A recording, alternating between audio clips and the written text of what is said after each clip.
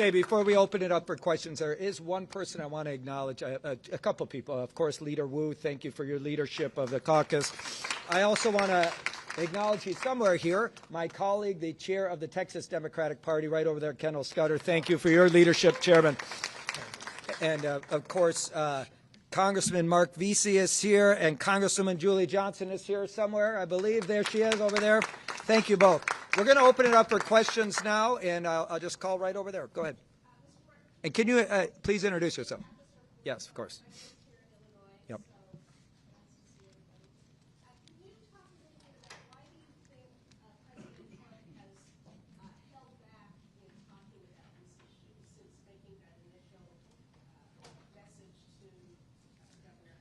Well, he hasn't held back. Just this morning, he said that the Republicans are entitled to these 5 seats, right? And let me just be really clear about this. No party is entitled to any district. We have to go out and earn the votes, and that's what a democracy is about. The fact that Donald Trump believes he's entitled to these seats and he's entitled to this unconstitutional power grab should tell you everything you need to know. Listen, at the end of the day, as I said, we're going to keep standing up to this. It's illegal. It's immoral. It's racist. And, you know, look, Donald Trump has talked about it. He's going to continue to talk about it. His first call was to Greg Abbott. They're doing his bidding. It's very clear what they're up to here because they know they're going to lose in 2026.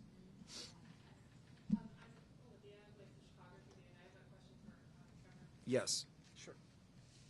I believe Trump said as recently as this morning that Illinois is already gerrymandered. I'm curious whether you're any closer now than you were a few days ago to possibly redrawing maps to Illinois, and if you're taking any action to that, such as calling a special session tomorrow here, whether that would be even active for 2026. Look, I've been really clear that, again, let me repeat, Donald Trump is a cheater.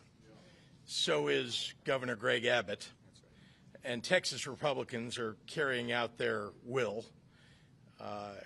And if they're going to cheat, then all of us have to take a hard look at what the effect of that cheating is on democracy.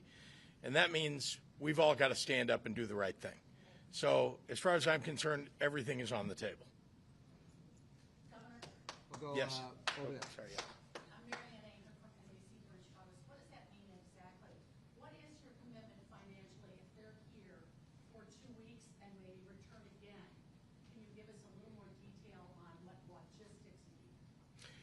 Well, I know that you're all interested in whether I'm writing checks, to this. Let me be clear. You're saying, of course, but let me be clear. I have stood with the Texas House Democrats. We have been in consultation for weeks and weeks. This possibility was always something that we feared, and I made it clear to them that we'd do everything that we could, logistically and otherwise, to try to support them. I have not written a check or supported them financially, though I am not reticent to do that. But I have not done that. But lots and lots of people around the country have. Lots of people. And you can go to texasdemocrats.com/donate and give money to support this and the efforts of Texas Democrats across the state. Has your Think Big America donated? I noticed you guys had some no. messages coming No, up. again, I know you all are interested in that, but no.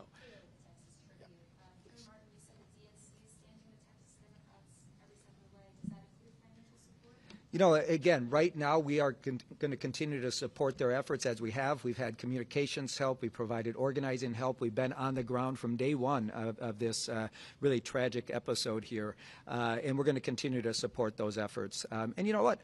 We're going to do everything we can to help resource this, make sure that they have the resources to actually pull this off. You know, they're making huge sacrifices. Every single one of these folks have left their jobs, they've left their families, they left their communities that they love.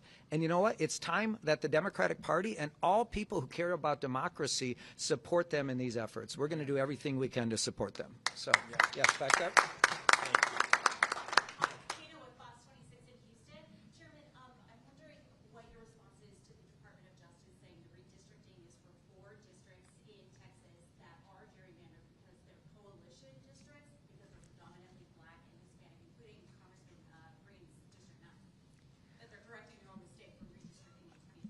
I think it's ridiculous. It's a pretext for them to do this, and they're absolutely wrong on their analysis here.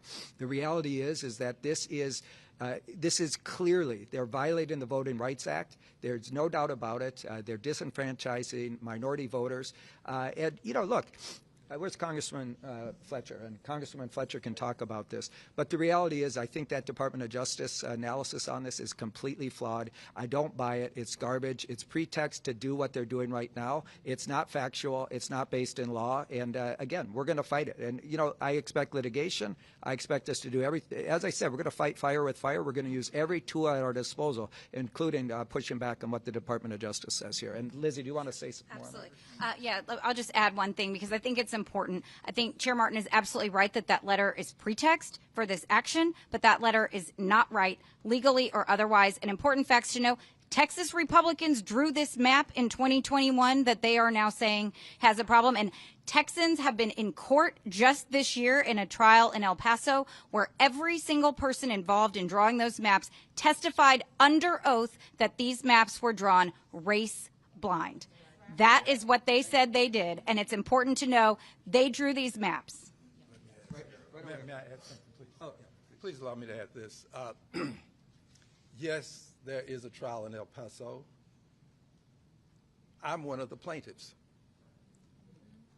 I've been in court almost since I arrived in Congress, fighting against invidious discrimination. And for everybody's edification, the Attorney General of the state of Texas says that the maps were colorblind. The Attorney General, the architect said to be one of the senators, I won't call her name, but I know her initials. Joan, well, everybody knows who she is. Joan Huffman, all right. She says that the map is colorblind. The President of the United States, by and through his Attorney General, used that language because he knows it's a buzzword, buzz language. It triggers things. It triggers emotions. That's why he did it. And well, we're not going to let him get away with it. This country still stands for liberty and justice for all. And that's why we Democrats are going to enforce just that premise, liberty and justice for all. We got room for a few more questions right over there. Governor, just to follow up on a question from earlier. Sure. Can you just level set for people? There are 3 Republicans in the state delegation here in Illinois. You can't undo what is happening in Texas if that is successful with the 5 Republicans that would be added there. What's the extent of the pushback that you could have here in Illinois on what's happening in Texas? Look, number one, we're very happy to host these heroes and stand up with them and for them. Here in the state of Illinois, it is possible to redistrict. It's not something that I want to do. It's not something that any of us want to have to do.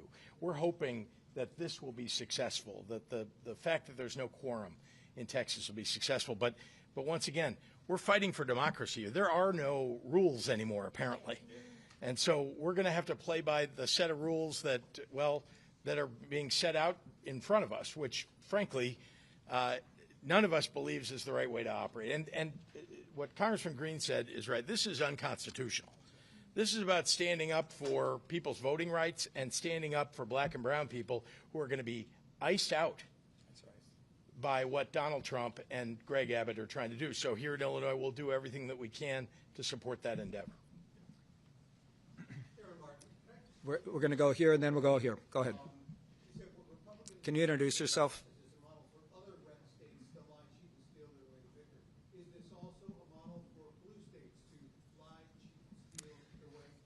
Listen, our Constitution is under assault.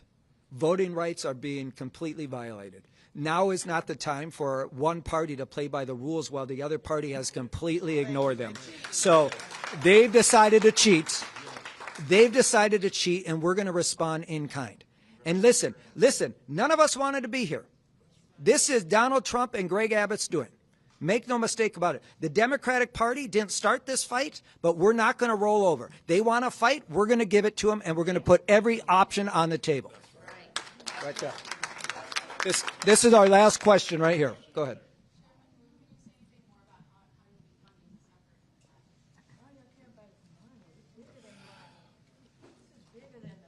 Yeah, I'm curious about the obsession with how it's being funded. My phone and the phones of every member here have been blowing up nonstop from constituents, from people that I've met 5 years ago, from people around the country somehow got my number, texting me, "We support you. How can we help?" I have to have our donation link saved to a separate file so I can just go and copy it and paste it in every single time. Who is supporting us? The American people are supporting us.